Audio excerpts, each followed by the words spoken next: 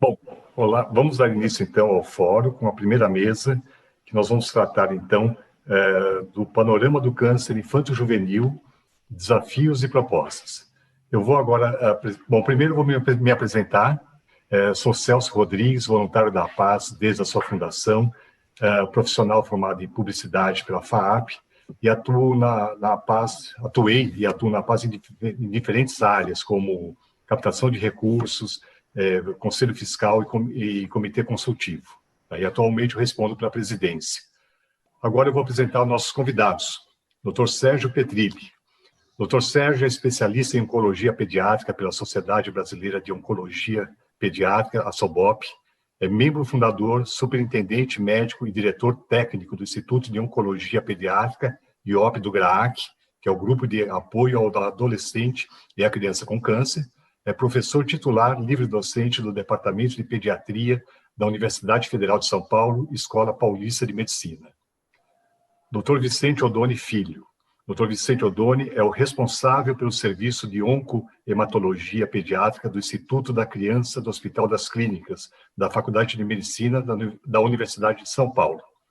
Graduado em Medicina pela USP, ex-fellow em Oncologia e Hematologia Pediátrica do Hospital St. Jude, em Memphis, Tennessee, e é professor titular do Departamento de Pediatria. Só um minutinho. Da Faculdade de Medicina da USP. Diretor-presidente da Fundação ProSangue Hemocentro de São Paulo. Dr. Hélio Plappler. Dr. Hélio Plappler é médico com mestrado e doutorado em técnica operatória e cirurgia experimental pela Escola Paulista de Medicina, Unifesp. É pós-doutorado na Universidade de Toronto.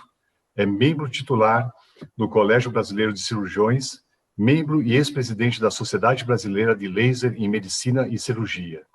Professor do Departamento de Cirurgia da Escola Paulista de Medicina e médico cirurgião do Instituto Nacional de Assistência Médica e Previdência Social. Dr. Hélio Plappler também é um paciente da oncologia. Agora eu quero passar então a palavra para o Dr. Sérgio Petrilli para a sua apresentação. Bom dia, Dr. Sérgio. Bom dia a todos. Muito obrigado, Celso, pela apresentação. É um prazer aceitar esse convite da APAS para participar. Vocês são uma entidade muito parceira do GRAAC, fazem parte diretamente de fazer com que nossos pacientes tenham acesso ao hospital, ao tratamento, e nós seremos eternamente gratos por essa parceria muito bem estruturada. Quando a gente fala sobre o panorama do câncer infantil no Brasil, nós que começamos lá alguns anos atrás, temos uma ideia bastante diversificada de tudo o que aconteceu. É o clássico exemplo da gente olhar para o copo quase cheio ou para o copo que está faltando bastante coisa e pode estar mais vazio. Quando a evolução do Brasil em tratamento de câncer infantil foi sensacional nos últimos anos. A gente acredita que houve uma melhora muito boa, com um número grande de novos centros se estabelecendo, com novos profissionais sendo formados, com muitas pessoas se localizando e se estabelecendo em diferentes lugares do Brasil. Porque quando a gente faz a pergunta desde o início, qual é o seu objetivo quando você quer tratar câncer infantil, para poder conseguir elevar a sobrevida, conseguir a cura do câncer, como já existe em hospitais lá nos Estados Unidos, em outros lugares que se chegam a cura perto de 80%, ou 70%, 80%, certamente a gente precisa de dois grandes pontos. Um é discutir o diagnóstico precoce, e outro é conseguir melhores condições de tratamento. Então, eu pretendi dar um panorama sobre essas duas áreas, como ela evoluiu e talvez o que precise ser feito. Provavelmente eu vou falar algumas coisas que vão se sobrepor aos outros colegas, então eu vou dar uma ideia muito voltada para, por exemplo, como que a gente conseguiu com o GRAAC, que nós começamos numa pequena casinha lá em 1990, e em vários lugares do país, muitas situações são semelhantes. E com essas duas pontas bem definidas, dois alvos bem definidos, a gente conseguiu desenvolver uma situação em que é possível hoje tratar a criança com recursos, tratar as crianças do SUS e do convênio, mas com condições de poder alcançar as chances de cura. Quando a gente fala em diagnóstico precoce, muitos projetos se desenvolveram no país. Muitas áreas estão trabalhando na formação de agentes de saúde, de médicos, de palestras. Durante muitos anos, a gente, o Vicente, eu, muitos outros colegas trabalhamos na universidade, a gente dissemina em cursos de graduação, nos cursos de voluntariado, para pediatra. O Instituto Ronald McDonald é um instituto que hoje também apoia muito essa área de diagnóstico precoce do câncer, e eu não vou citar nomes porque existem inúmeras entidades, por exemplo, como a SOBOP, o próprio Ministério da Saúde, que trabalha bastante nisso. E eu acho que a gente progrediu muito. Certamente está existindo uma diminuição do número de casos de morte desconhecida no Ministério da Saúde, aumentando o registro de casos de morte por câncer, o que significa não que aumentou o número de casos de câncer, mas sim que estão se identificando. Um exemplo claro disso, crianças, por exemplo, que muitas vezes têm convulsões em áreas afastadas, e a gente não chega a ter o diagnóstico por falta de uma tomografia ou ressonância de um tumor cerebral. À medida que as pessoas começam a pensar em câncer, começam a valorizar uma dor na cabeça, encaminhar essa criança para centros melhores, ela será submetida a exames complementares mais avançados e fazer o diagnóstico mais precoce e poder chegar a um centro em que tenha condições de ter neurocirurgia e, eventualmente, ser feita radioterapia e, eventualmente, ser avaliado pela anatomia patológica, que hoje a parte molecular e patológica tem um importante papel na definição de qual tratamento essa criança deverá receber. Então, o diagnóstico precoce avançou muito, mas todos nós precisamos pensar que em cada núcleo que for possível desenvolver a cultura de que os sinais e sintomas da criança são muito parecidos com os primeiros sinais de câncer infantil, e muitas vezes isso atrapalha o diagnóstico.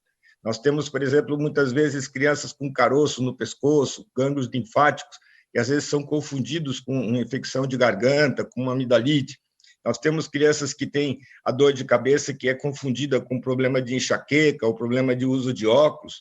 Nós temos crianças com dorzinha na perninha e que, às vezes, isso é tratado com osteomielite, ou com trauma, ou com dor de crescimento, e que ali tem a chance de ser um tumor ósseo, ou leucemia, ou neuroblastoma, que se manifesta muitas vezes com dor óssea e dor articular. Então, a consciência de que os sinais e sintomas das crianças precisam realmente ser melhor definidos, e se você não tiver melhora dos sintomas, precisa voltar ao médico, e do médico, eventualmente, a um hospital que vai ser feito um estudo mais secundário ou terciário, que tem a chance de fazer exames e, eventualmente, uma biópsia, um exame mais refinado. Então, do ponto de vista de diagnóstico precoce, certamente nós melhoramos. Nós, por exemplo, notamos isso nos casos nossos de tumores ósseos. Nós tínhamos, no início dos anos 90, um índice muito alto de amputações, porque as crianças chegavam com a perna já com o tumor ósseo muito grande, e as cirurgias de conservação do membro eram muito difíceis, porque já existia invasão dos nervos, da artéria, e, portanto, não tinha outra saída que não fazer amputação, e muitas dessas crianças também acabavam morrendo rapidamente por metástase pulmonar.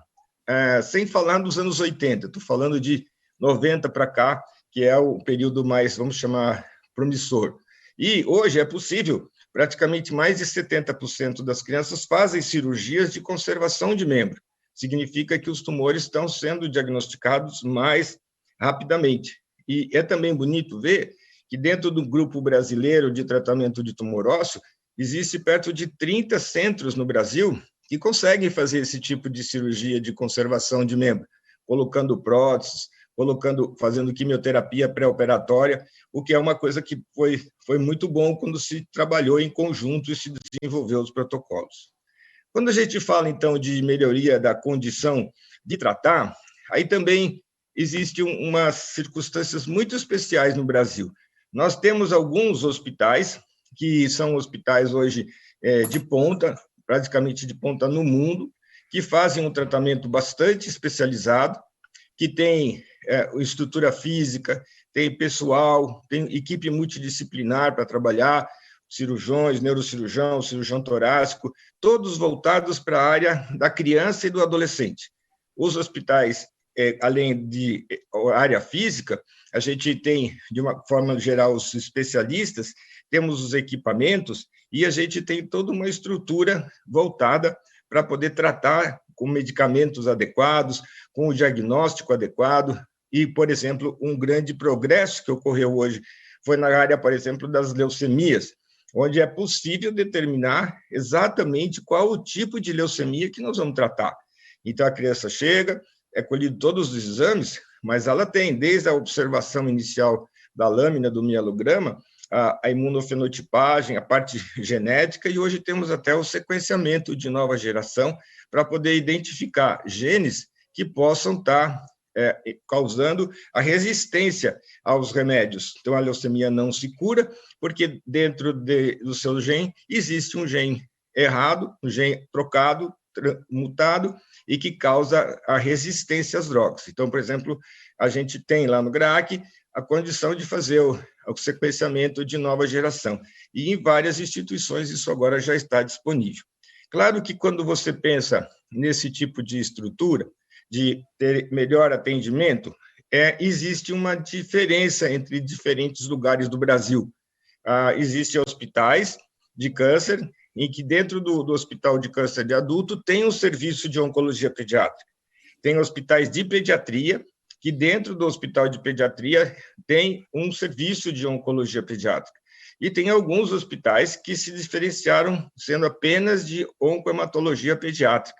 E essa situação faz com que você tenha vários especialistas na área que vão se desenvolvendo para poder realmente atender essas crianças de uma forma mais ampla e mais multidisciplinar. Então, nós precisamos caminhar dessa forma. Um exemplo que eu acho interessante para ver como a gente melhorou era muito difícil no passado a gente fazer a dosagem do metotrexate, por exemplo, tanto para osteosarcoma como para as leucemias.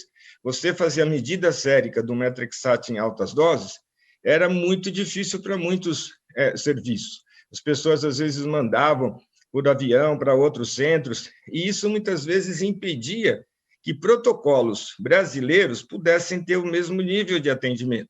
Às vezes, localmente, colegas, por exemplo, que tinham feito a residência nos nossos serviços aqui em São Paulo, poderiam ir para outros lugares, ampliar realmente as condições de tratamento local, mas às vezes esbarravam em alguns pontos cruciais para o desenvolvimento do tratamento. E hoje a gente vê que, graças a várias condições de apoio, principalmente as organizações não governamentais, o Instituto Ronald McDonald, foi possível desenvolver essas dosagens de metotrexate em várias outras regiões. Então, hoje se pode tratar os linfomas não Hodgkin, as leucemias, os tumores ósseos, como o sarcoma, com uma droga que é fundamental, mas que, se você não fizer a dosagem, ou você não faz direito o efeito da droga, porque você inibe a droga antes, ou você pode também ter efeitos bastante tóxicos para o paciente. Mas hoje isso evoluiu muito no Brasil. Então, o ponto principal que a gente tem que chegar é que é importante ter o suporte social, então aí as casas de apoio, grupos que trazem como a APAS, que faz o transporte das crianças, os tickets de alimentação, o remédio que às vezes as instituições têm que dar para as crianças, para elas poderem se manter. A gente viu que melhorou muito. O GRAAC, ele, nos anos 90, a gente tinha cerca de 10% dos pacientes que se desligavam do tratamento, desistiam do tratamento por falta de recurso. Como perto de 40% das crianças vêm de outros lugares, fora do município de São Paulo, a gente perdia pacientes por falta de recurso social de apoio. Então, com a evolução e com a capacidade de arrecadar fundos da sociedade civil, a gente conseguiu hoje ter a casa de apoio. A nossa é uma casa Ronald McDonald. A gente ajuda com vale transporte, alimentação. O SUS também ajuda bastante com essa questão do tratamento fora de domicílio. E hoje a gente praticamente é zero a perda desses pacientes por problemas sociais, o que já ajuda bastante em termos de chance de melhorar a cura, melhorar a sobrevida. Dessa forma, eu fico bastante sempre focado na questão do suporte. Como que você financia, como que você sustenta as nossas instituições? Sem dinheiro, a gente não vai conseguir, em muitos lugares, melhorar e acelerar o desenvolvimento.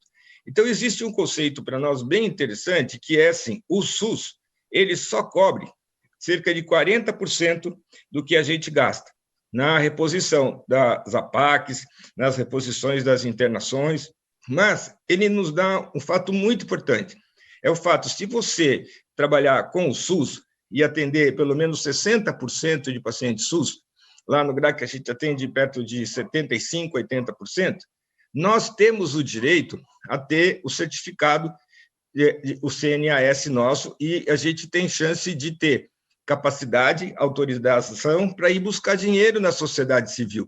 Então, o SUS fala assim, se você quer atender SUS, a gente vai te dar renúncia fiscal, a gente vai te dar abatimento em algumas situações de diminuição do imposto que você tem a pagar, e você pode, eventualmente, fazer um sorteio, claro, dirigido pela Caixa Econômica, você pode pedir emenda parlamentar, claro, com projetos bem organizados e procurando os seus representantes no Legislativo, e, principalmente, você pode abrir para sócios. O que nós fizemos nesses anos, a sociedade civil participa intensamente na sobrevida do GRAAC.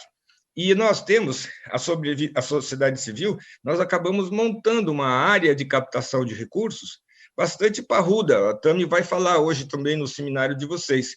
E é dessa forma que a gente tem mais de 300 mil pessoas que nos ajudam, com um ticket médio bastante aceitável para a população em geral.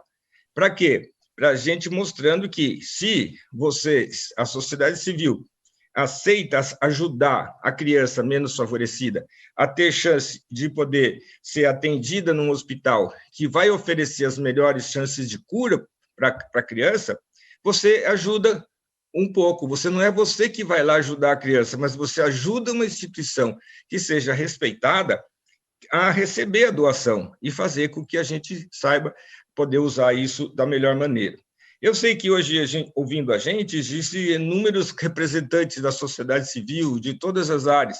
Então, eu me dirijo muito a essas pessoas, mostrando como é importante o trabalho que vocês fazem, né? Os trabalhos de se envolver com a sociedade, se envolver com os times de oncologia, com as empresas e com as organizações sociais, dentro desse padrão, que é muito interessante, a gente trabalhar com uma estratégia de arrecadação que seja focada. Passou o tempo da gente ficar, quantas vezes, estendendo a mão e dizer, por favor, me ajuda a manter minhas criancinhas. Não, gente, né? Hoje, o Brasil, hoje, o mundo, de uma certa forma organizada, as coisas estão fazendo em ganha-ganha. A sociedade evoluiu, as empresas têm muito mais responsabilidade social. A sociedade civil como um todo, ela é muito mais solidária, ela entende que, se a gente prestar conta, se a gente mostrar o trabalho que é feito, se a gente convidar as pessoas para vir ver o que está sendo feito, as pessoas se irmanam e passam a se sentir juntos nessa luta por buscar recursos para a gente valorizar e garantir o tratamento dessas crianças. Então, seguramente o Brasil evoluiu muito nisso. A gente tem hoje uma cabeça muito boa, eu acho que o brasileiro é muito mais solidário, eu acho que a gente tem vários exemplos de empresas que hoje acham importante colocar a marca, por exemplo, a empresa amiga do GRAAC, a empresa amiga de tal projeto, e a gente, com isso, faz com que a gente possa realmente estar mais forte. Outro tipo de ajuda interessante, nosso conselho, por exemplo, lá no GRAAC, ele é constituído por pessoas da comunidade, são conselheiros, voluntários, empresários, na maioria deles, professores de universidade, e que tem um conselho um conselho executivo, que dá a política empresarial do hospital. Então, evoluiu muito a organização não governamental, ela está mais estruturada, ela tem objetivos claros, ela tem planejamento estratégico, ela segue uma situação muito parecida com as empresas normais que precisam crescer. Então, se você tem um grande orçamento, para que você só continue crescendo e tenha um objetivo claro, uma visão clara de melhorar a sobrevida, você precisa de estrutura. você precisa realmente se organizar para poder conseguir vencer, como se fosse gente grande mesmo. As empresas, as organizações de voluntários, a gente tem notado que elas vão ficando mais parrudas, elas vão ficando mais estruturadas para poder enfrentar as grandes crises que eventualmente a gente tem. Então, pessoalmente, eu vejo isso como uma grande evolução. Muitas vezes a gente vai em vários lugares, a gente, por exemplo, do GRAAC formou até agora perto de 170 residentes nessas nossos 29 anos de vida. E a maioria deles estão separados, estão distribuídos pelo Brasil todo. Muitos trabalham com a gente, mas muitos também foram se montar outros grupos. E muitos montaram junto com o grupo local de organizações não governamentais, de voluntários, de pessoas do próprio governo, dos eventualmente representantes do McDonald's, uma série de estruturas em que, se juntando, a sociedade civil passa a dar uma resposta muito boa. Então, eu penso que a gente está indo bem, no sentido de que está crescendo. Nós, hoje, temos um planejamento de aumentar para cerca de 30% de convênios, porque é outra fonte que é possível você ter para poder equilibrar as suas despesas. Você tem até 70% de SUS, que é a nossa cabeça, 30% de seguro suplementar, e, com isso, a gente tem junto a capacidade de receber de doações da filantropia. E a gente tem essa mistura, faz com que a nossa estrutura se mantenha atualizada, se mantenha com recursos para iniciar outras drogas. Então, a gente está envolvido em assistência, procurando dar o que existe de melhor. A gente tem ensino, a gente tem pesquisa, desenvolvendo hoje, por exemplo, um laboratório de biologia molecular e genética, com sequenciamento, na radioterapia, as melhores técnicas que a gente oferece, por exemplo, radioterapia para as crianças, predominantemente, e isso custa caro, mas aqui eu vou mencionar, por exemplo, esse projeto da radioterapia veio de um projeto para o Fundo Municipal da Criança e do Adolescente.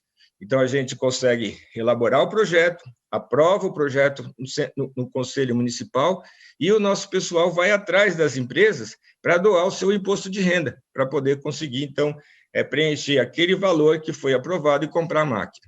E a gente devolve isso para a sociedade à medida em que a gente atende as crianças menos favorecidas. E veio preencher um vácuo, que é predominantemente as crianças de baixa idade, as crianças que precisam receber radioterapia com anestesia. Então, nesse momento, a gente entende que o projeto que a gente tem pela frente está realmente voltado para o futuro, a acompanhar a evolução da oncologia, para que a gente não deixe as nossas crianças, principalmente as crianças que vão procurar o hospital e que têm menos recursos, que a gente possa oferecer o que existe de melhor.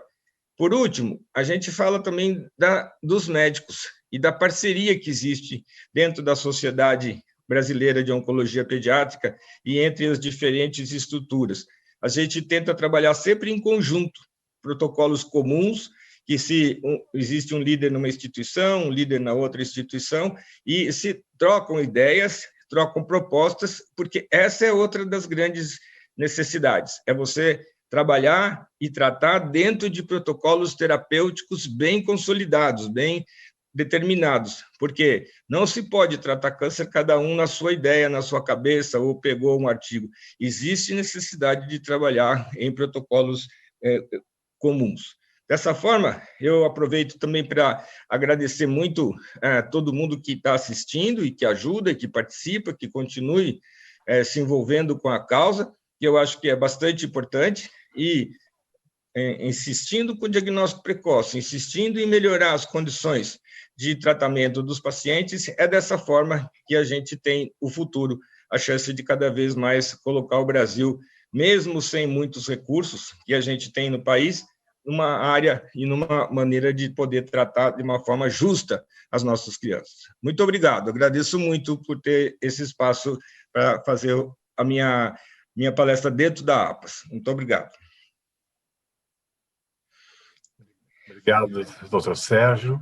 passar a palavra agora para o Dr. Vicente Odoni para fazer a sua apresentação. Por favor, Dr. Vicente. Bom dia a todos. Muito obrigado pela oportunidade de participar desse encontro e lembrar, o Sérgio já falou isso, e eu vou salientar um pouco também, o quanto nós que trabalhamos na área de oncologia pediátrica somos privilegiados por termos um apoio tão grande da sociedade, cada setor se dedicando a uma determinada área, como no caso da APAS, nessa missão tão importante de transporte, tão vital, né? O impacto disso no cuidado das crianças é notável, e, enfim, nós somos privilegiados, como eu disse, e esse trabalho conjunto é o que permite o sucesso que a oncologia pediátrica tem. Eu diria que, em termos das áreas crônicas aqui no nosso país, poucas têm a situação tão bem estruturada, tão bem encaminhada em termos de retorno à sociedade, de todos os êxitos que a gente consegue cientificamente, digamos assim, como a oncologia pediátrica. Então, nós temos muita felicidade em fazer parte deste grande universo, e eu só quero agradecer a todos que apoiam o câncer em sentido amplo aqui no nosso país. Eu vou apresentar algumas imagens na minha colocação. Eu quero ver se primeiro eu consigo fazer isso direitinho. Vamos ver.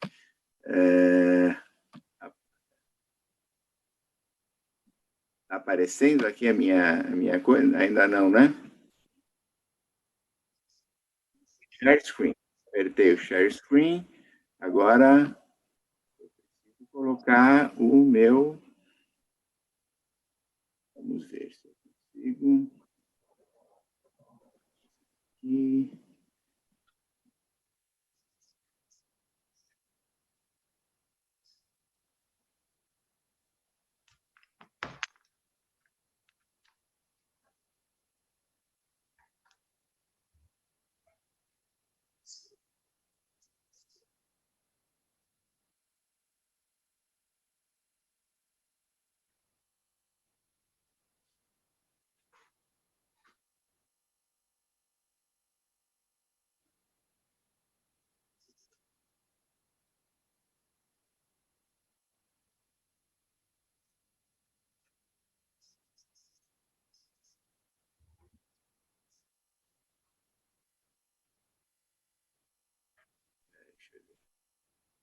PowerPoint. Deu agora?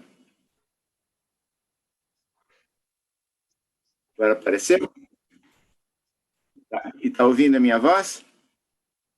Então, tá bom. Então, nós vamos discutir, então, alguns aspectos ligados ao manuseio mais amplo do câncer aqui no nosso país. O Petrilli deu uma ideia muito interessante de todo o trabalho que se faz para buscar essas soluções.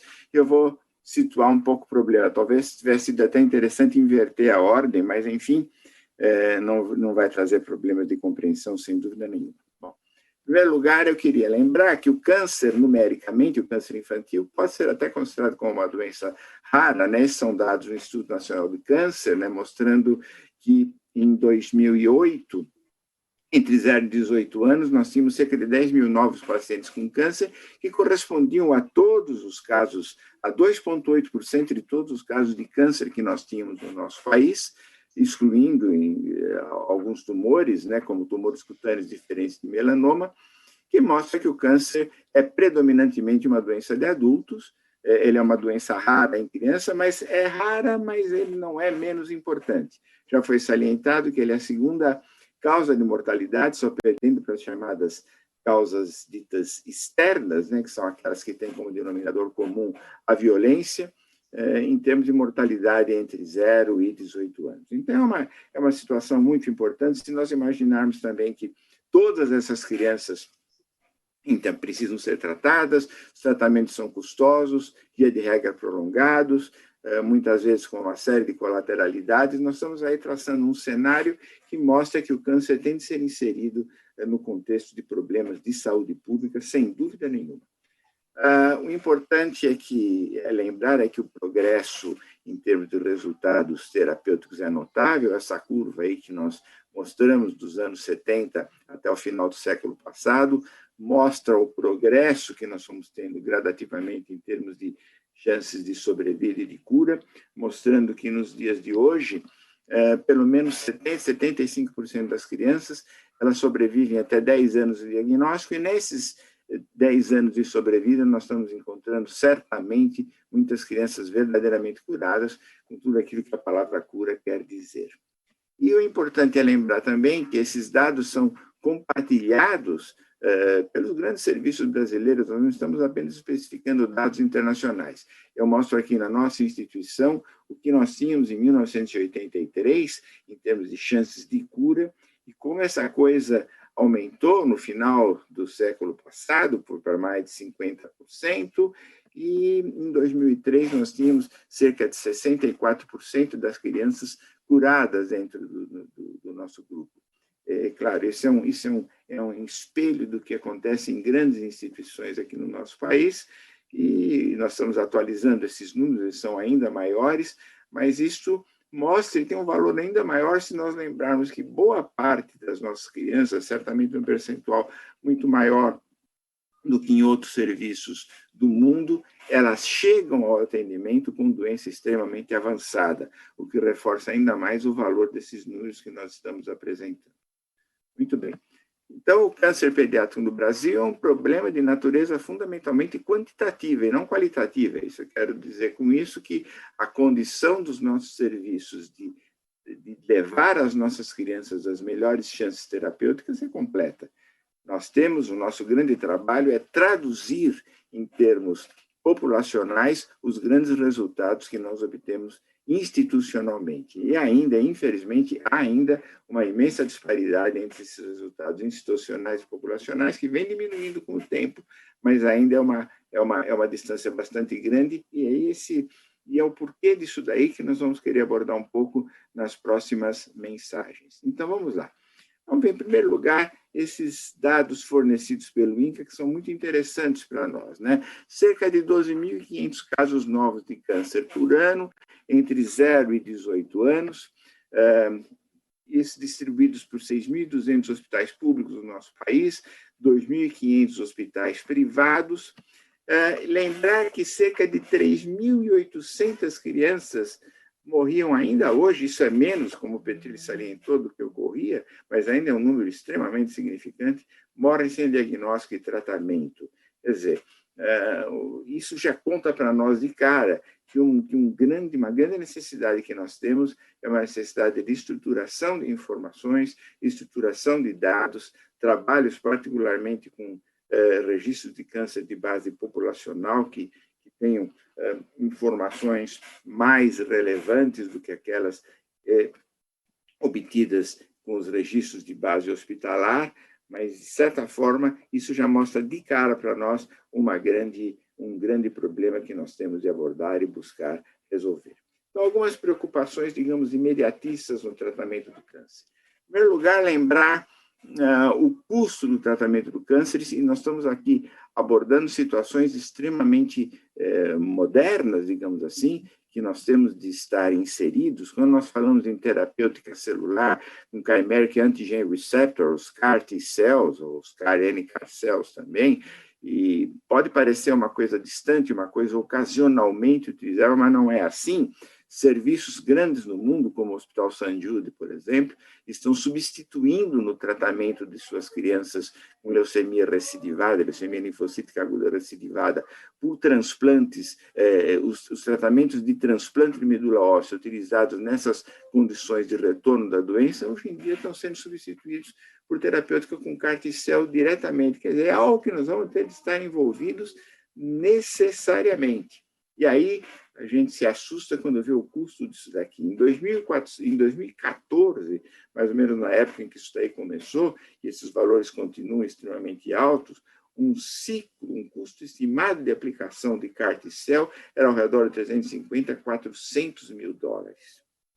E aí a gente vai na primeira linha desse nosso slide, onde nós mostramos aí que os gastos mundiais com medicamentos oncológicos, dando dados de 2013, eles iam a 91 bilhões de dólares, 91. É um valor absurdo, né? E vejam como isso progride, né? Estamos colocando aqui de 2003 a 2013, a coisa essencialmente triplicou. Isso assusta quando a gente vê esses valores e olha as condições de um país como o nosso. A outra coisa que é importante aqui no nosso país, e dificuldades que a gente apresenta, aprovação de novas drogas contra o câncer com base em aspectos específicos. Isso não é apenas um problema que nós temos aqui para nós, é um problema do mundo inteiro. Como há uma necessidade de uma corrida muito grande de você conseguir encontrar recursos que possam ajudar em tal e qual situação onde a intervenção ainda é mais precária, muitas vezes esses tratamentos são aceitos antes de todas as informações serem devidamente computadas. É uma coisa meio parecida com o que hoje se discute muito em relação às vacinas contra o Covid, mas muitas aprovações de novas drogas têm sido feitas com base em caracterização de um único aspecto, como índice de resposta ou sobrevida livre de progressão. Isso faz com que, muitas vezes, alguma coisa que seja aparentemente promissora, depois não se mostre realmente de valor. Eu vou citar alguns exemplos para vocês. Pegando drogas aprovadas nos Estados Unidos entre 2008 e 2012, com base apenas em um único elemento, ou índice de resposta, ou sobrevida livre de progressão, pegando as drogas que foram aprovadas apenas com esses únicos elementos, vamos mostrar aqui o que acontece. Dessas 19 aprovadas apenas conforme o índice de resposta, 14 tiveram aprovações aceleradas. E das 17 aprovadas conforme a sobrevida e livre de progressão analisada, apenas uma teve uma aprovação acelerada. Mas vocês vejam aqui o que acontece na sobrevida global conforme a gente analisa o que aconteceu com o emprego dessas drogas. Quando a gente, em azul, nós temos um benefício em sobrevida global.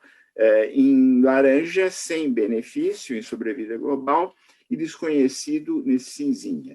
E vocês vejam que, quando nós pegamos essas drogas que foram aprovadas aceleradamente, com o passar do tempo, apenas um índice muito pequeno acabou mostrando um real benefício, ao contrário do que ocorre quando nós temos uma aprovação seguindo os meandros mais tradicionais. É muito compreensível essa busca acelerada de respostas ou de ajuda, mas a gente tem que entender que, no fim, muitas dessas coisas podem ser malévolas até para todo o nosso manuseio, para toda a nossa atenção. Agora, nós falamos em valores anteriormente, agora vamos lembrar um pouquinho qual é o gasto brasileiro em saúde, em função do orçamento público. Em 2014, ele era de 6,8%, que é abaixo da média mundial, de 11,7%, e inclusive da média africana, que é acima de 9%. Entre 2013 e 2014, houve uma queda de 4% nesses valores utilizados. E entre 2010 e 2014, nós tivemos uma queda de 32%. E quando a gente olha os 35 países do continente americano, nós superamos apenas o Haiti e a Venezuela. É uma posição realmente dramática nesse contexto, né? E, na verdade, isso, em função da pujança do nosso PIB, representa numericamente, especificamente, um valor, em termos absolutos, expressivo, apesar de percentualmente baixo, mas mostra como nós temos de utilizar melhor esses recursos e aumentar ainda mais esses recursos. Algumas comparações com outros países da América, a gente vê que está atrás, por exemplo, da Nicarágua, da Costa Rica, do Uruguai, do Canadá e dos Estados Unidos, é até previsível, mas, enfim, nós temos muito a melhorar nesse sentido. E, finalmente, um outro grande problema que eu quero aqui salientar é as dificuldades enormes que nós temos para a utilização de novas drogas de uso consagrado e que possam ser empregadas com grande utilidade para as nossas crianças e que, na verdade, a gente acaba sofrendo de inúmeras dificuldades para a sua utilização. E aqui eu estou citando algumas drogas, nesse grupo de medicamentos aqui na coluna aqui do lado esquerdo, drogas que são drogas consagradas de eficácia absolutamente reconhecida.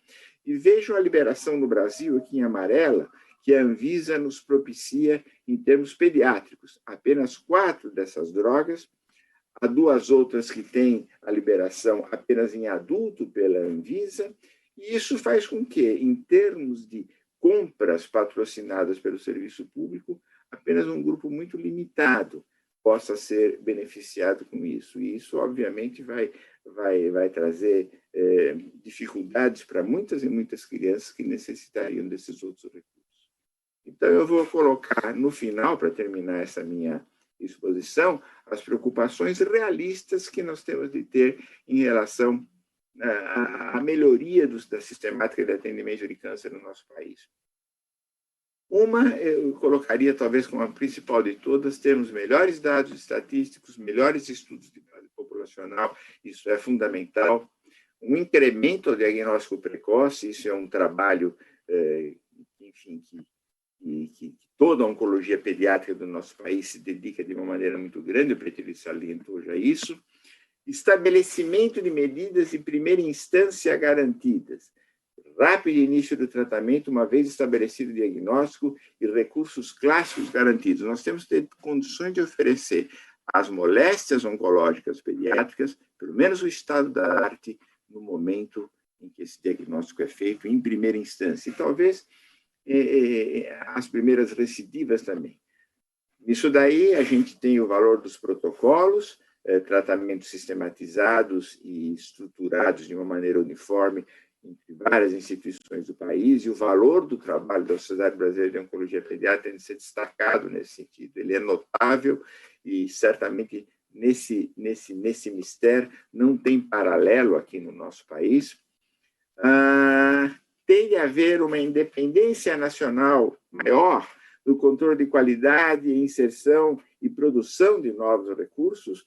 Nós temos imensas dificuldades, por exemplo, para controle de qualidade de medicamentos. Isso precisa ser melhorado. Recentemente, nós tivemos uma crise danada com o emprego da droga asparaginase, e que ocorreu fundamentalmente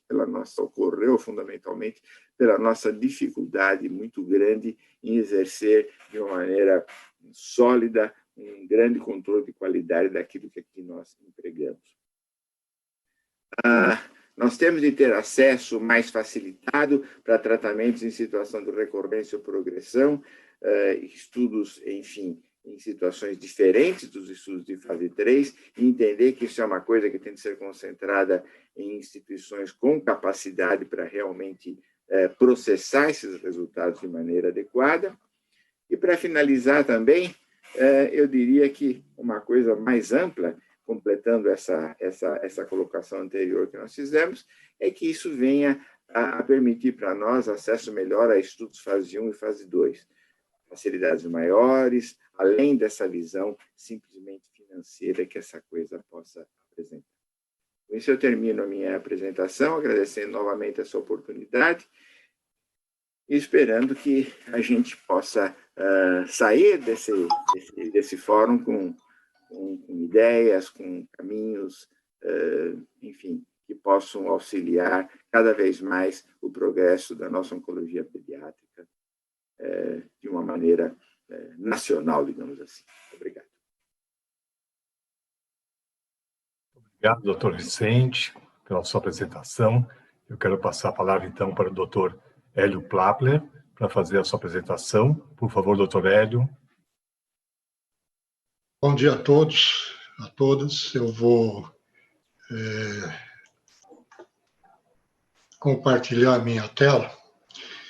E eu queria começar, primeiro, agradecendo ao Celso, a todos os organizadores desse evento, e especialmente a professora Tatiana Picardi, pelo convite para falar nesse segundo Fórum da Paz, pela integralidade do tratamento de crianças e adolescentes com câncer, nesse mês de novembro de 2020, depois de Cristo, ou talvez seja melhor dizer, desse ano 1, depois do Covid.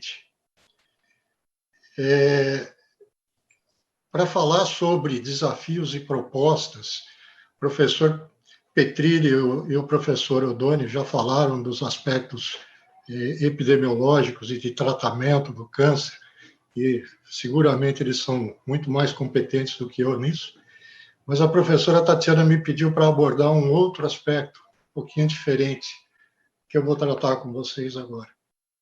E em relação a desafio, eu quero começar com uma pergunta. E a pergunta é: o que é que vocês veem? Claro que todo mundo vai dizer que está vendo algumas esferas se movendo em círculos dentro de um círculo.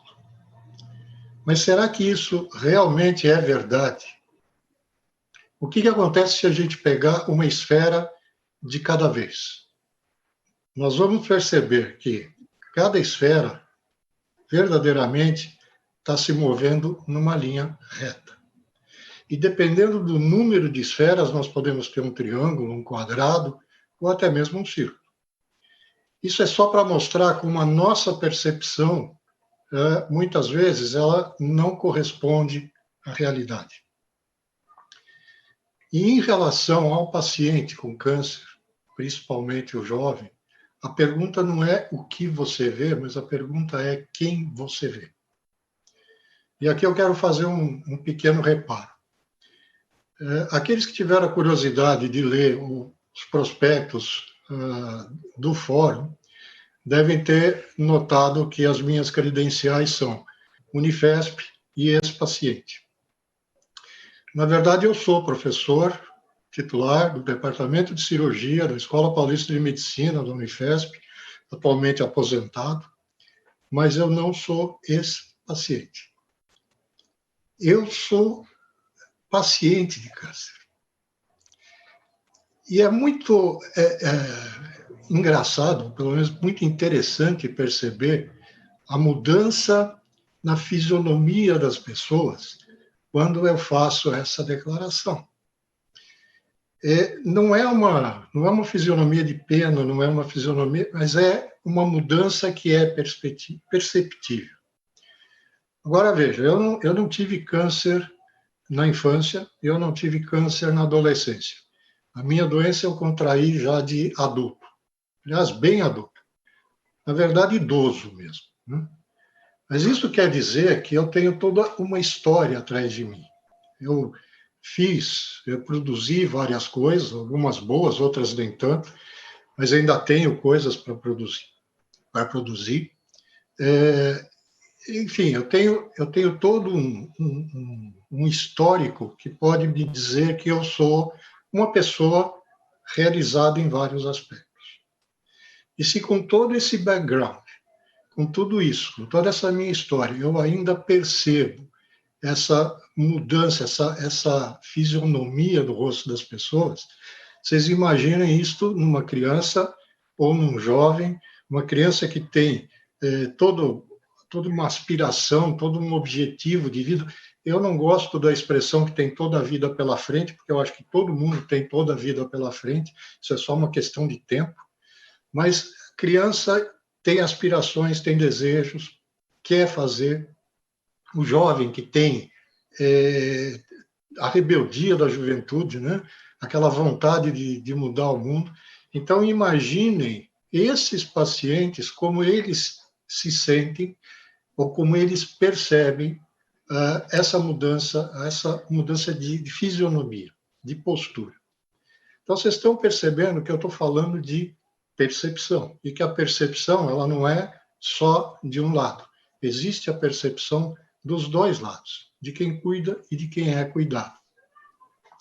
E, portanto, quando eu falo de percepção, eu digo que essa percepção passa por 3 categorias. Primeiro, a percepção da pessoa, ou seja, quem é esse paciente? Quem é essa criança? Quem é esse jovem? Quais são os desejos? Quais são as aspirações? O que eles querem da vida? Eu conheci um menininho, mais ou menos uns 8 anos, que fazia tratamento, quimioterapia, e que ele falava que ele queria ser astronauta. Puxa, gente, óbvio, querer ser astronauta, existe uma coisa embutida nessa afirmação, que é toda uma perspectiva de vida.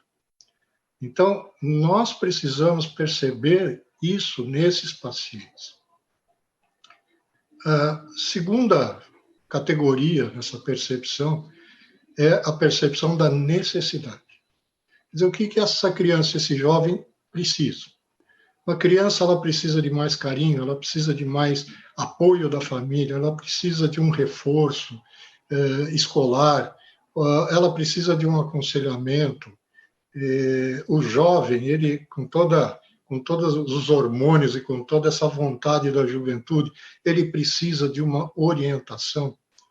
Então, nós precisamos entender o que é que este jovem ou esta criança necessita. E a terceira categoria, em termos de percepção, é a da capacidade. Nós temos uma tendência, e quando eu falo nós, eu me incluo aí como médico, de tentar proteger ao máximo esses pacientes. Então, não é por maldade que a gente faz isso, mas acaba inibindo muito aquilo que a criança ou que o jovem pode e consegue fazer. Eu sofri isso muito, né? E eu continuo tendo esse problema.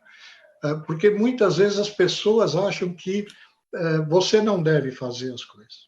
E eu garanto para vocês que a única coisa mais frustrante do que você não conseguir fazer alguma coisa é alguém dizer para você que você não consegue fazer. Então, perceber essas três categorias, perceber isto nos pacientes, realmente é necessário que a gente perceba a realidade deles. Senão, o que a gente vai estar fazendo é simplesmente espelhando a nossa realidade em cima deles. Então, quando eu falo nesse nível de percepção, eu, na verdade, estou falando de empatia. E empatia nos moldes em que a Andrea Hittivoy, que é uma pensadora norte-americana da Universidade de Arkansas, coloca que empatia não é se colocar no lugar do outro, mas é trazer o outro para dentro de si. Então, esse é o conceito de empatia, de entendimento e de percepção do outro nesse contexto. E eu queria me deter um pouquinho sobre essa coisa da capacidade. E quando a gente fala em capacidade, basicamente a gente está falando também em mobilidade. E mobilidade entendida como a capacidade de se mover de forma independente e segura em um ambiente. E quando a gente imagina a capacidade de se mover, a gente imagina a mobilidade, nós imaginamos um quadro mais ou menos como esse que vocês estão vendo aqui na tela. Caminhada, andar de bicicleta, andar de automóvel, de ônibus, de trem, de avião, enfim, várias formas de se locomover. E a gente imagina este quadro como um quadro completo. E aí a pergunta é, ele está completo?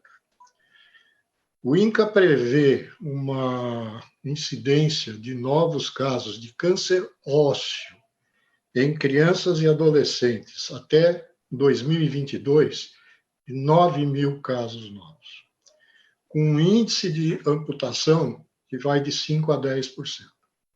Isso quer dizer que nós estamos falando de 450 a 900 crianças ou adolescentes com algum grau de deficiência. E neste quadro, eles não estão incluídos, nem na mobilidade, nem no serviço público, nem na mobilidade de comunicação. Nós vamos ter uma mesa mais tarde sobre a internet, né? E a importância da internet. Todos esses tipos de mobilidade, a gente esquece de incluir os deficientes, ou os temporários, ou os permanentes, os cadeirantes, aqueles que não têm acesso ao transporte público, está aqui a perua da paz fazendo o seu papel, e mesmo os idosos.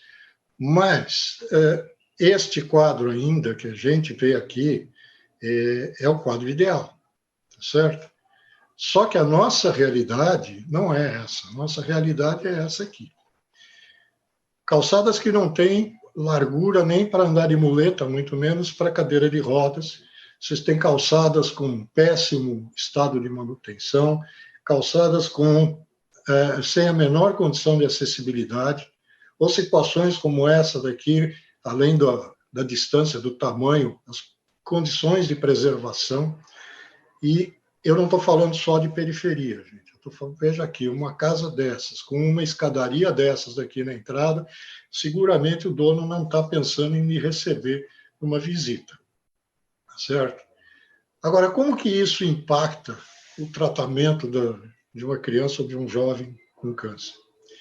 Bom, imagine alguém que esteja fazendo um tratamento, uma quimioterapia, uma radioterapia, que precisa se deslocar e que ele more aqui, e que ele precisa tomar uma condução aqui, por exemplo.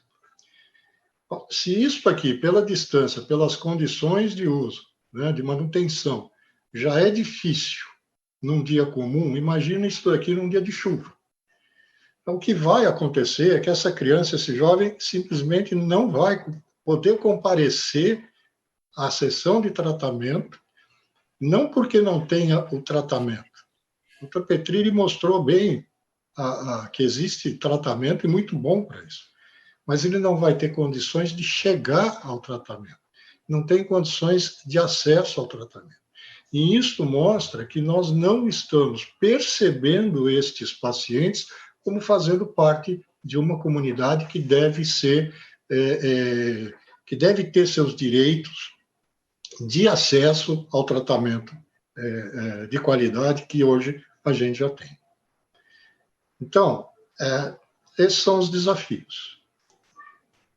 As propostas, nós temos muitas, né? E elas já existem. Veja, calçadas largas, com piso sensitivo, com marcação para várias funções, ou para vários transeuntes, acesso fácil para a travessia, ambientes projetados já pensando em todos os tipos de deficientes, com acesso e etc. Mas a tendência que nós temos é dizer, ótimo, esse é um problema de urbanistas, arquitetos, engenheiros, administradores e etc. Então, o desafio aqui é lançar como é que eu estou inserido nisto.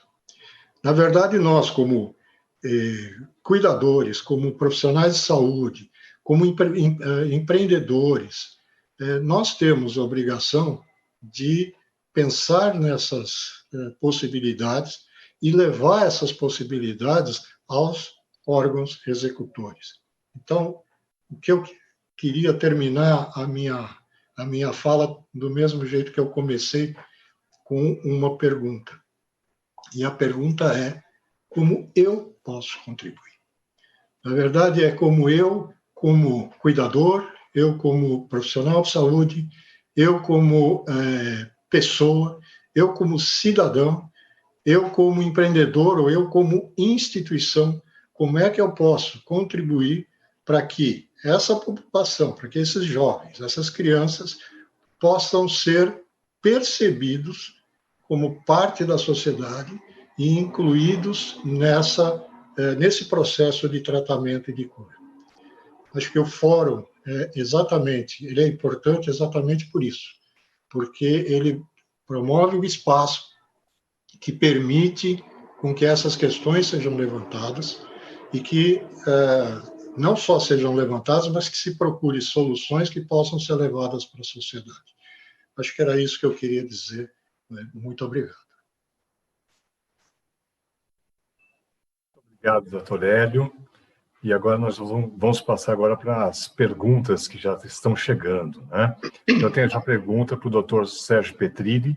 Doutor Petrilli, como capacitar os médicos das pontas do sistema para que o diagnóstico precoce de fato aconteça?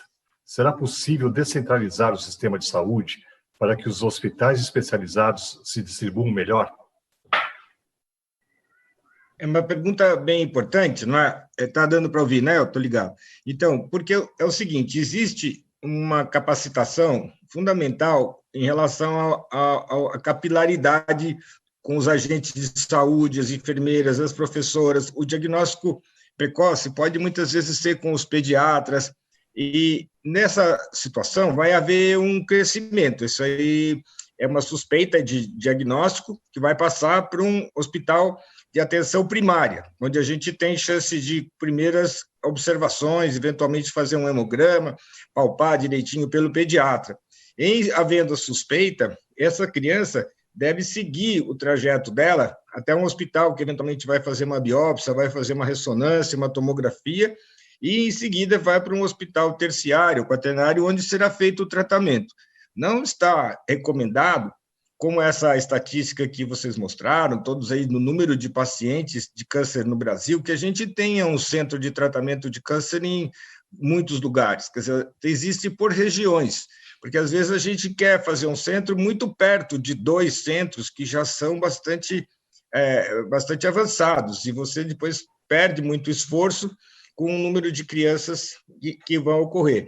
A gente tem um número, é mais ou menos 16 casos novos de criança e adolescente com câncer por 100 mil pessoas nessa faixa etária.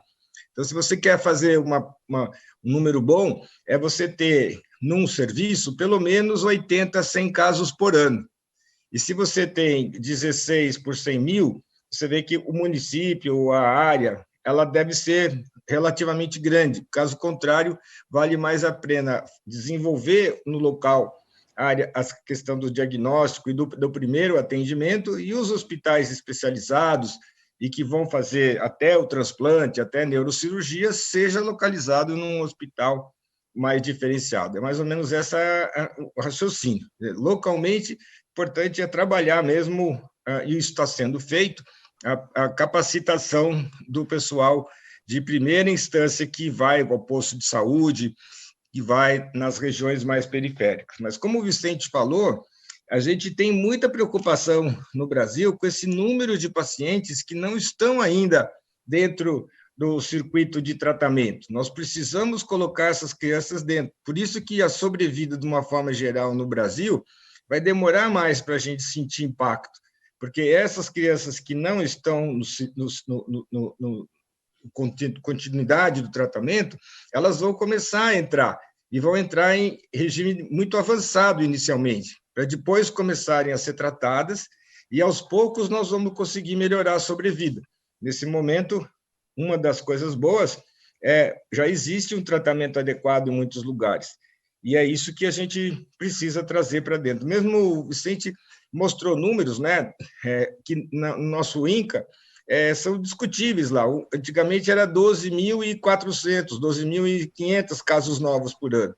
Hoje, oficialmente, você falou num outro número, você falou em 9.480, porque houve uma mudança na maneira de avaliar. Eles começaram a avaliar por registros de base populacional, que certamente ainda não estão completos, e fazem uma proposta dos números, mas esses números ainda a gente não tem muita razão de ser. Quando você faz o cálculo por número de casos por 100 mil habitantes, você chega mais perto dos 12.000, 12.500 do que os números que o INCA tem. Então, essa é uma outra área que tem que melhorar, os cálculos vão ter que melhorar para que a gente chegue realmente na definição de quais são o número de casos certos que a gente tem no Brasil. Perfeito.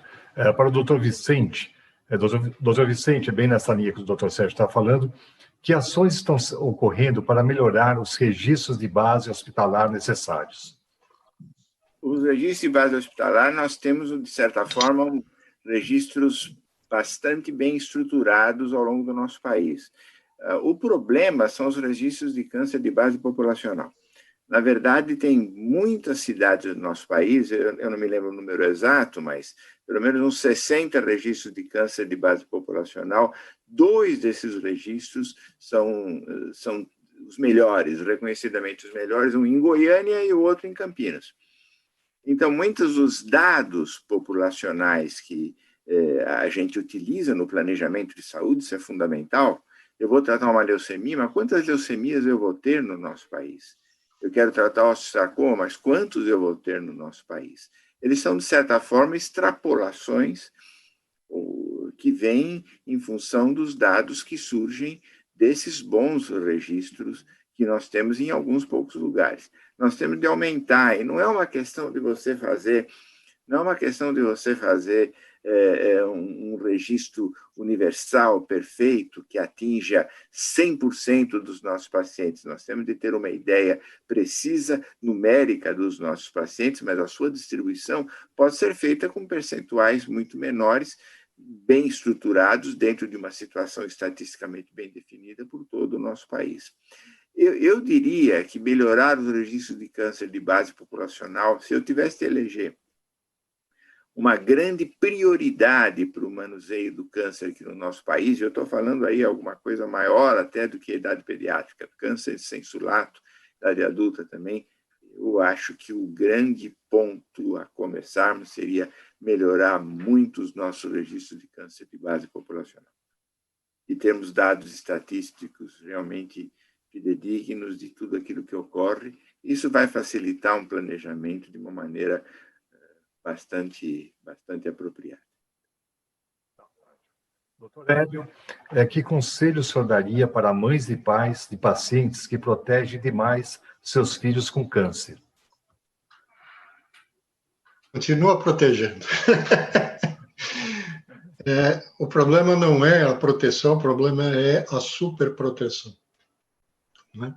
É você impedir que a criança se desenvolva em função da doença. Eu acho que a gente tem essa... Não é só pais, não. Acho que os próprios médicos, cuidadores, a gente tem essa característica de querer proteger. Certo? O que eu acho que não pode, de jeito nenhum, é colocar as nossas angústias em cima dos pacientes. Né? Entender que essas angústias são nossas e deixar que a criança ou que o jovem desenvolva o máximo que ele puder e ajudar. Existe uma diferença que eu faço entre ajuda e intervenção. Ajuda é quando alguém faz alguma coisa e você facilita isso. A intervenção é quando você faz pela pessoa. Então, eu acho que o conselho que eu dou é esse, ajuda. Né? Faça com que a criança ou o jovem consiga produzir aquilo que ele é capaz. E não fazer por ele ou interferir naquilo que ele está fazendo.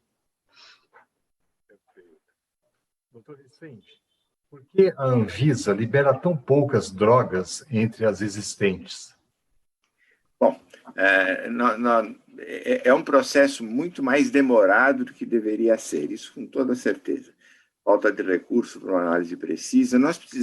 A gente colocou como uma das prioridades lá essa questão analítica desses recursos que podem ser, enfim, utilizados aqui no nosso país. Nós temos muita dificuldade para isso. Eu vou citar um exemplo que aconteceu algum tempo atrás, alguns anos atrás, no nosso serviço, né? Nós tínhamos um paciente que recebia Methotrexate em dose alta. É uma coisa letal, como o Petri já comentou isso, inclusive, se enfim, a atenção à correção da toxicidade não for feita de modo adequado, e por uma série de razões, aquela família que sofreu um trauma intrafamiliar muito grave, diferente da própria doença da criança, deixou de fazer aquilo que deveria ser feito. E nós esperávamos nessa criança uma imensa toxicidade, possivelmente até mortal, e a criança não teve absolutamente nada. Nada. Então, a minha conclusão é que possivelmente ela recebeu uma droga que era uma droga ineficaz. Aí tentei, naquele momento, bloqueei, ela fora comprada pela instituição obedecendo aos preceitos legais exigidos à época, tranquilamente, mas queríamos testar aquela droga. E dentro do país você não conseguiu fazer aquilo. Era uma situação virtualmente impossível, não havia estrutura para você fazer isso de uma maneira adequada. Então, eu acho que nós estamos ainda muito distantes dessa coisa. Precisa haver um aumento de destinação de recursos, e isso é um problema que não afeta apenas a questão da oncologia, afeta todas as áreas da medicina. Nós precisamos melhorar muito isso, melhorar muito. Eu não acredito que seja só um pensamento do tipo, muitos até acham que isso como são drogas muito caras, então eu não vou liberá-la para não ter a questão do gasto. Não é por aí.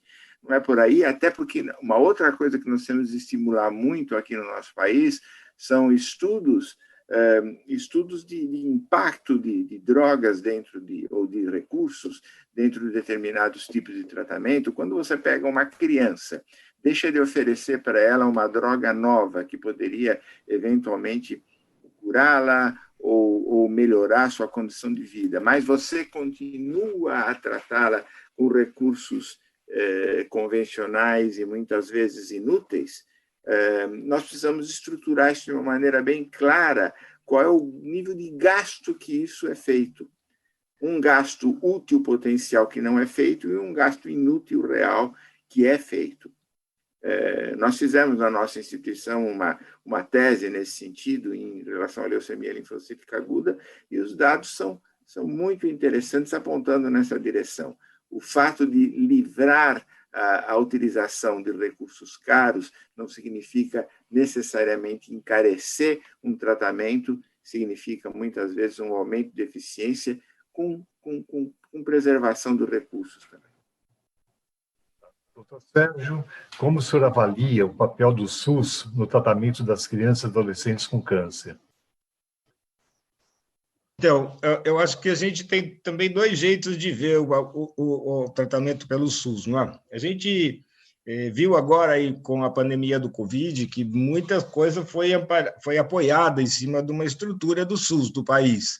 E quando a gente vê os regimes de tratamento da saúde nos outros países, a gente vê como pelo menos é importante você ter uma base para desenvolver as coisas, né?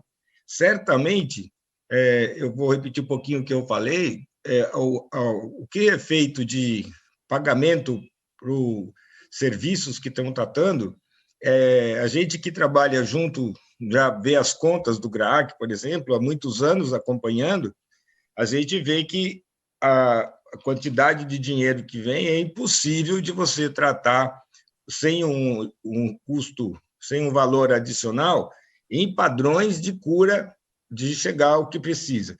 Você pode tratar, muitas vezes, com drogas mais baratas, com esquemas provavelmente bem menos eficientes, mas que realmente são aqueles que o SUS remunera. Isso realmente é uma injustiça social muito grande, você tratar o seu paciente e o administrador dizer para você, olha, você tem tanto para gastar, porque é isso que o SUS te repassa. Eu acho que essa situação é uma coisa que todo mundo tem que se movimentar, porque é muito injusto você, por exemplo, durante muito tempo, vamos supor, fazer uma indução de leucemia sem o uso das paraginases, né? Então, por quê? Porque ficou muito cara a PEG-asparaginase, ficou muito difícil. Depois também o governo começou, depois de muita discussão, a pagar de uma maneira correta, mas todos os hematologistas dizem que, sem dúvida nenhuma, é uma droga que é essencial para você melhorar os índices de remissão da leucemia. Então, essa injustiça social, ela foi sendo substituída por soluções de cada um. Uma solução que existe é a filantropia, outra é o aumento de pacientes de convênios, e outras são condições em que você pode tentar, por exemplo, utilizar medicamentos que são tão efetivos quanto, né, e que muitas vezes ainda tem um preço melhor, não precisando de cara ir para drogas novíssimas que estão chegando e que ainda, como o Vicente falou, não tem uma demonstração definitiva da sua eficácia. Quando você vai, por exemplo, na Secretaria da Saúde para pedir um aumento de verba para pagamento do SUS no nosso hospital, eu tive duas experiências. Uma foi com o Dr. Davi Wippe, que era o secretário da Saúde, e ele mostrou qual era. Ele falou: olha, o dinheiro que eu tenho é essa pizza aqui, assim, que a gente tem. E olha a porcentagem que eu tenho que pagar na judicialização da medicina. A gente recebe uma quantidade muito grande de pedidos que, se a gente não tiver obedecer o mandato de segurança, eu vou ser preso. E ele chegou mesmo a ter problemas naquela época. Então, é um valor que, de uma maneira ou do outro, o dinheiro do SUS fica para criança e para adulto no mesmo lugar. E, às vezes, além de ser pouco, está prejudicado. Então, é muito difícil ter um aumento de valor de APAC, às vezes, a não ser que você tenha uma grande negociação, como foi feita com a Pegas para ginásio, que eles mudaram o preço da indução, depois diminuiu o preço na manutenção, e se você vê o todo, até que dá para repor uma boa parte do que você gasta. E a segunda coisa foi quando eu fui na prefeitura, que o GRAAC, nosso gestor, é a prefeitura, e era o secretário Wilson Polaro, também uma pessoa muito competente. E a gente queria melhorar a nossa cota do SUS, queria melhorar nossos pagamentos. Ele falou assim, olha, Petrilli, a gente aqui tem médico, diretor de hospital de SUS, falou, doutor, o senhor precisa melhorar, eu atendo só SUS. E eu digo para ele assim, você vai quebrar. Se você trabalhar só com SUS, você vai quebrar. Você tem que ter um mix, que você pode ser de 40 a 60, você pode desenvolver o seu atendimento de convênios e, eventualmente, você tem que ir usar o seu certificado de filantropia para poder arrecadar. Então, realmente, é uma situação que você não pode só se convencer, ou alguns outros hospitais são orçamentados, alguns dos hospitais governamentais também têm dinheiro extra que chega. Nós, muitas vezes, vamos atrás de algumas emendas parlamentares que pagam consumo de alguns medicamentos, pagam algumas outras coisas que nos ajudam. Então, acho que também o fato de pagar menos imposto, tudo isso é bom você ser do SUS, mas precisa fazer uma boa negociação, não dá para você ficar só esperando o valor puro que vem do SUS para trabalhar. Tá ótimo. Doutor Hélio, de alguma forma, o seu câncer enriqueceu essa sua visão de mundo, essa preocupação com a percepção do outro, e a Fabiana Carelli está pedindo para o senhor falar um pouco do Quirón. Primeiro, se o meu câncer mudou minha percepção de mundo, claro que mudou. Mudou porque eu me vi numa situação muito ambivalente, né, na verdade. A de médico e a de médico doente. E com isso eu consegui enxergar muito mais o lado do paciente, né, porque é muito difícil para o médico ficar doente.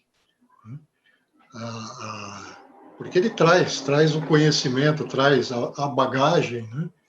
E o fato de estar doente tira dele muito dessa condição de, entre aspas, de mando, né? E isso realmente mudou muito a minha visão em relação ao paciente, principalmente em relação ao paciente com câncer. Quanto ao Quirón, o Quirón é o curador ferido da mitologia.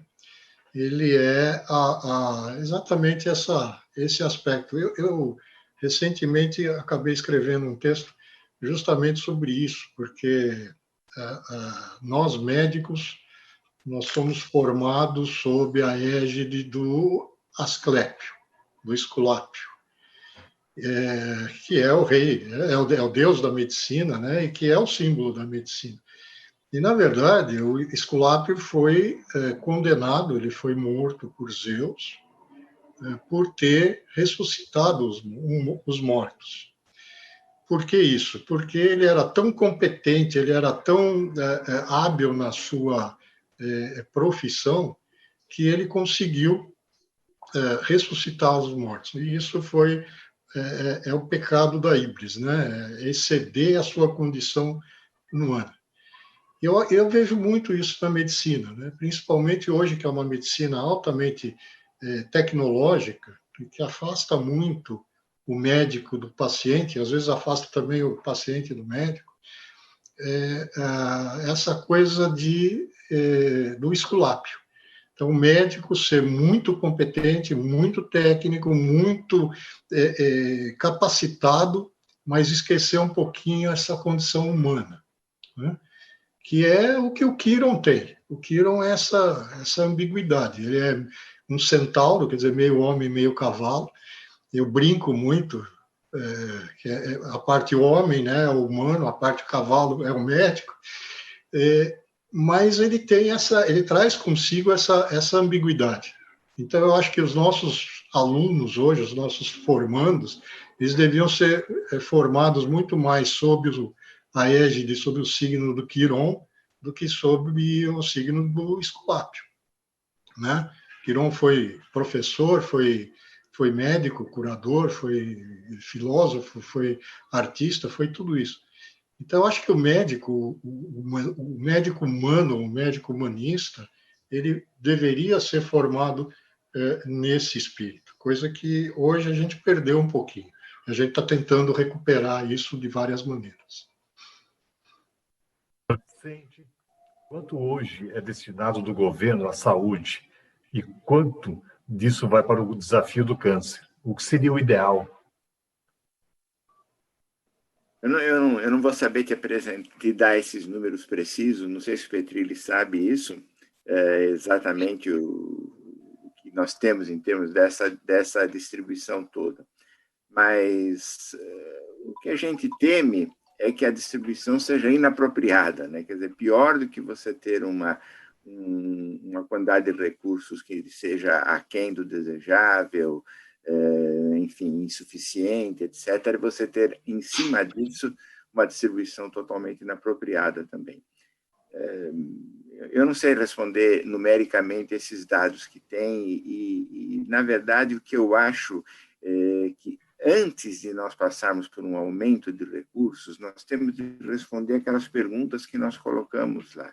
Nós temos uma série de perguntas a ser respondidas para que nós possamos fazer uma distribuição apropriada disso. Não adianta nada você fazer um aumento brutal de recursos, se isso fosse possível, se nós não soubermos exatamente como é que nós vamos destinar essa coisa toda. Nós temos algumas questões antes para responder, para depois podermos fazer isso daí de uma maneira apropriada. Sérgio, nessa linha, vou aproveitar acho que vem bem também nessa linha, os convênios de saúde cobrem todo o tratamento necessário? O senhor já pode abranger as duas. Então, eu penso, primeira coisa assim, está melhorando muito, né? Nós tínhamos no começo, lá pelos anos 90, era um horror a cobrança do SUS, por exemplo. Você não tinha nada, ninguém sabia, e tudo era glosado. Você mandava as contas e 30%, 40% do que você mandava era glosa, porque eles achavam que os médicos superfaturavam porque recebiam pouco, então tinha todo um processo de glosa. Hoje, por exemplo, você não consegue fazer uma quimioterapia se você não tiver uma PAC aprovada. Então, você pede, você tem a autorização para procedimento, e isso é feito pelo SUS. Se você não tiver essa documentação, você não recebe. E, pelo menos aqui em São Paulo, é bastante adequada esse controle. Então, você tem uma conta que é mandada, você tem que fazer com o seu gestor uma folha de programação orçamentária, uma FPO, dentro dela você pode atender e alguns procedimentos você vai discutir com o seu gestor para ver o que consegue. É sempre insuficiente o SUS, mas a gente vê alguma luz no túnel, porque como era muito ruim no passado e foi melhorando, o duro é que você está falando de um país de mais de 200 milhões de habitantes e que cada ano, por exemplo, tem uma crise dessa, o número de pacientes que é em média de 30%, 32% do seguro suplementar cai bastante. E aí você vê que volta muita gente para trabalhar no SUS. E quando o governo tem estimulado as pessoas irem para os convênios médicos, porque isso sai das costas do governo e, na verdade, quando tem a crise, volta tudo para dentro. O seguro-saúde, ele paga várias vezes mais do que o SUS, do que a tabela SUS. Então, você, conforme o contrato, conforme o tipo de convênio, porque também a gente tem convênios, que são as grandes maiorias, que não dão direito ao Einstein, auxílio, ao Samaritano, aos hospitais de nível A da população. Então, nós concorremos, por exemplo, com vários convênios de classe média baixa, e que, na verdade, o nosso hospital, por exemplo, está bem preparado. Vejo lá no Itaci, também, existem várias estruturas que dão atendimento muito bom. E é possível, então, ter uma parcela que te mantém dentro do... Eu estou insistindo um pouco nisso, os 40, 60, quer dizer isso, né? Você continua como filantrópico se você atender até 60% de pacientes SUS. Então, você pode atender 40% de convênios para te ajudar a tratar os outros 60% do SUS. E é esse o processo que a gente, às vezes, até o voluntariado, a pessoa, o leigo, fica com aquele, como se fosse um sonho de antigamente, que a gente só tratava SUS. A gente também saía falando que a gente só trata SUS. Hoje se inverteu também um pouco esse conceito. Você tem que mostrar que você também dá um jeito de ir atrás. Você não pode ficar só esperando que o governo, que o SUS te consiga sustentar tudo.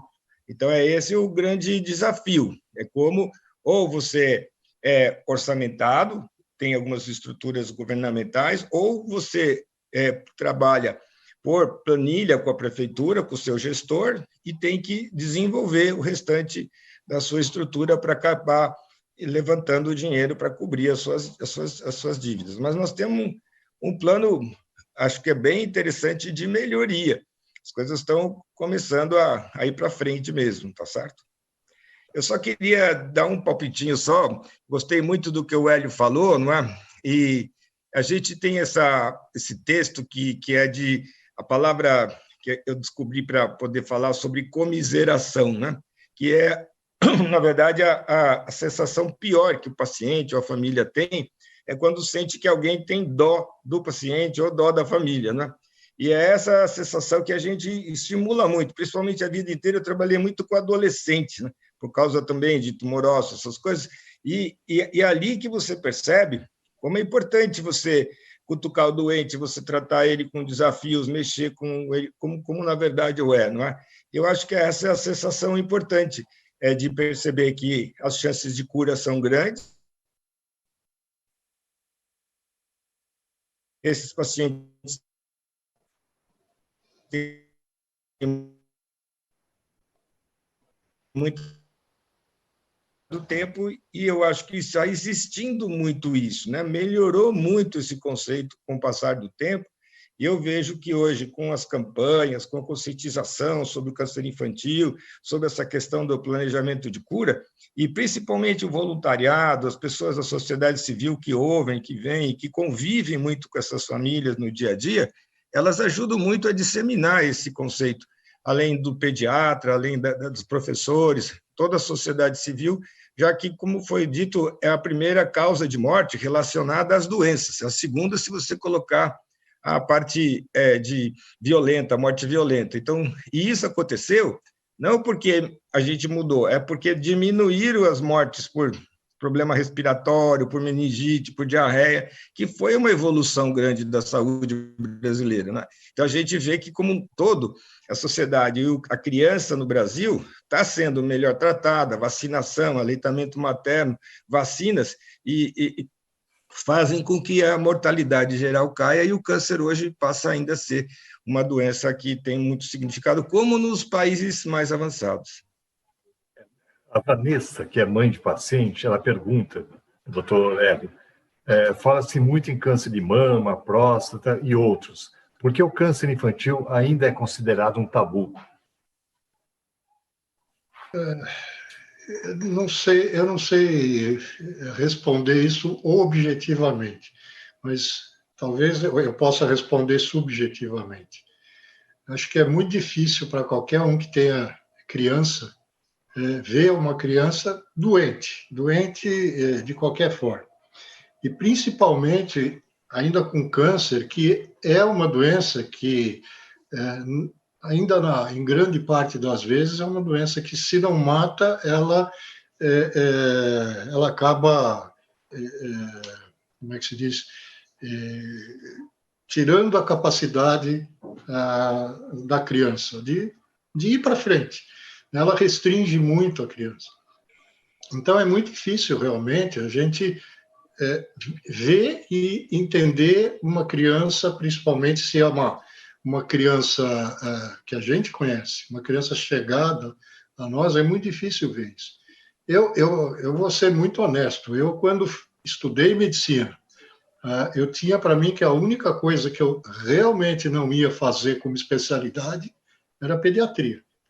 Porque eu, particularmente, não consigo ver uma criança doente, né? Isso me toca muito.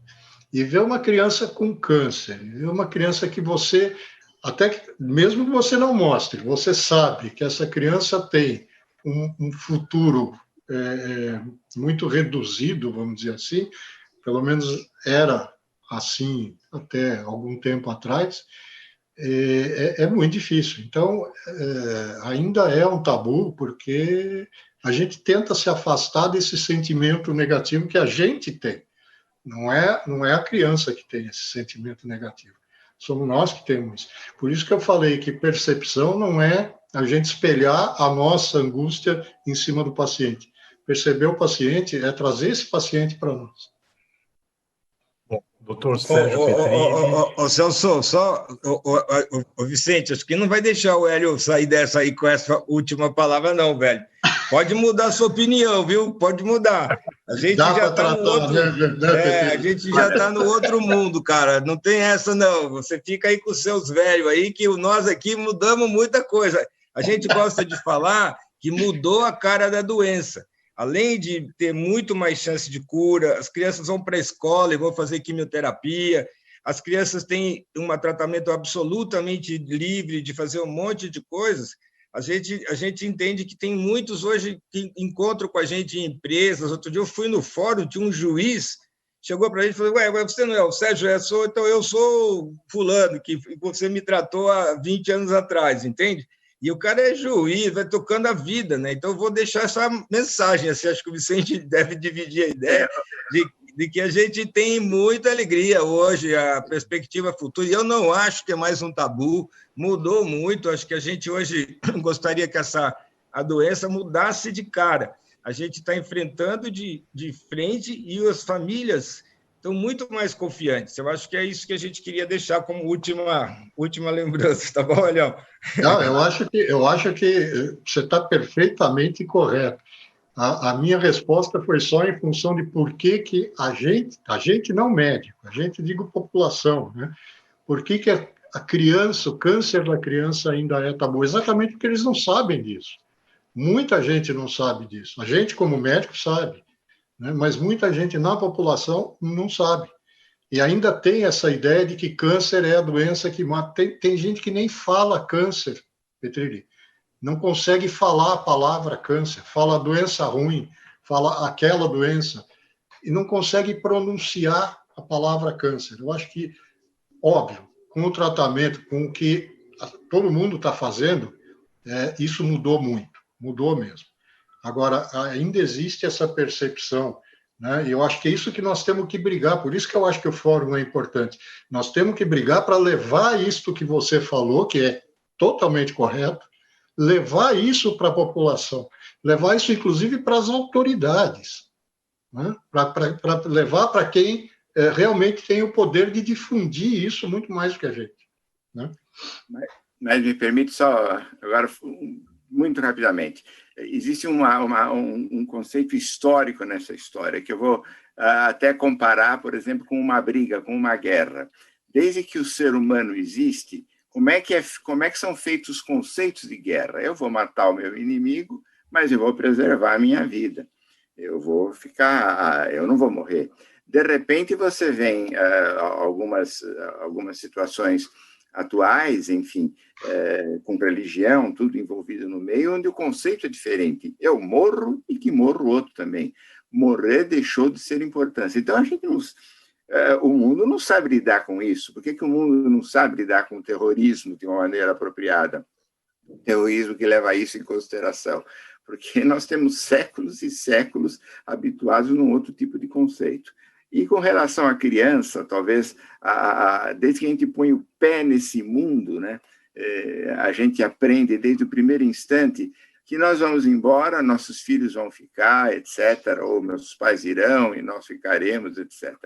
Então, perder um ente querido é sempre uma coisa muito difícil. a perspectiva de morte é sempre uma coisa dura. Mas quando essa ordem natural da vida pode se inverter, isso mexe de uma forma muito, muito pesada. É impossível dizer que isso não interfere de alguma forma. Isso interfere. Mas nós temos, enfim, o trabalho, os êxitos e, enfim, o progresso e toda essa vivência aí que o Petrilli comentou, trazer a criança para a vida da qual ela nunca deveria ter saído. Nós somos de uma época, Petrilli e eu, em que a criança, se possível, tendo um diagnóstico de câncer, seria tratada dentro de uma bolha. Hoje em dia, não. Ela vai à escola, ela vai, enfim, tem o seu lazer, tem limitações, evidente que as tem, mas ela tem uma condição de vida. A criança é tratada para a vida e não para um momento, não para aquele momento, porque ela vai viver um pouquinho, vai viver, vai casar, vai ter filhos, vai viver na sociedade, vai compartilhar dos mesmos sonhos, oportunidades, esperanças. Isso é viver. Então, essa a nova realidade. Bom, com essa mensagem, eu quero agradecer muito ao Dr. Sérgio Petrilli, ao Dr. Vicente O'Donnell e ao Dr. Hélio Palapra pela colaboração, pelo carinho ao fórum, que não tem forma melhor de abrir esse fórum com essa mesa fantástica que vocês abrilhantaram muito, muito. Muito obrigado aos senhores, e agora nós vamos partir para a próxima mesa. Celso, eu só queria deixar um agradecimento, como foi dito a Tatiana Picardi, que eu acho que ela trabalhou muito convidando a gente, tá bom? Só queria mencionar o meu agradecimento a você e à APAS pelo trabalho que faz. Muito obrigado. Nós que agradecemos com as suas palavras e com a brilhante apresentação dos senhores, tá bom? Agora...